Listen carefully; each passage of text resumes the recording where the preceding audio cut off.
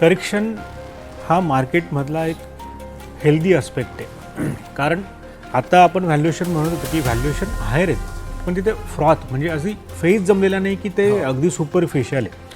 तर त्यामुळे इथून पुढे जर फ्रॉथ असेल तर करेक्शन एक्सपेक्टेड आणि ते व्हायलाच हवं. पण तशी आताची स्थिती तशी दिसत नाही. कारण तुमचे बरेच सारे गोष्टी जसं आपण बोललो GDP ग्रोथ आहे, लिक्विडिटी मार्केटमध्ये, त्याच्यामुळे क्रयशक्ती वाढेल आणि आता म्हणजे 2-1 महिन्यानंतर आपल्याला बजेट पण साधं मोठा ट्रिगर आहे. तिथे जर कॅपेक्सवर जर फोकस असेल तर आपण आपली चर्चा बहुतेक दुसऱ्या डायरेक्शनवर जाईल. मग तिथून आपण परत एका बुल रॅलीमध्ये येऊ शकतो. कारण या मागच्या वर्षामध्ये बजेटचा स्टेट्स बजेट आणि जे सेंटर बजेट आहे तिथे पण फोकस थोडा वेगळा होता की लिक्विडिटी क्रिएट जास्त करण्यात आली आणि कॅपेक्सला थोडं बॅकसीट घेतलं होतं.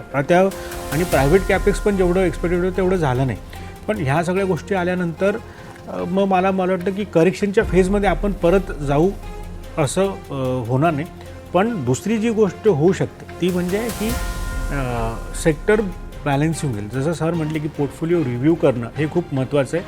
त्यामध्ये 2 गोष्टी, एक असेट ॲलोकेशन त्यांनी म्हटलं, मी दुसरी गोष्ट जी इक्विटीच्या याच्यातून म्हणतो की ते तुमचं सेक्टर ॲलोकेशन्समध्ये सेक्टर प्लस तुम्ही सेक्टरही बघा आणि मिड कॅप, लार्ज कॅप आणि स्मॉल कॅप याच्यामधला तुमचं ॲलोकेशन तोही बघितलं पाहिजे. तर मला वाटतं आता मिड कॅप स्मॉल कॅपमध्ये एक करेक्टिव्ह रॅली आपण बघितलेली आहे. तर तिकडे जोपर्यंत मोठी इन्व्हेस्टमेंट ट्रिगर होत नाही त्या सेक्टरपासून थोडंसं अवे राहायला हरकत नाही.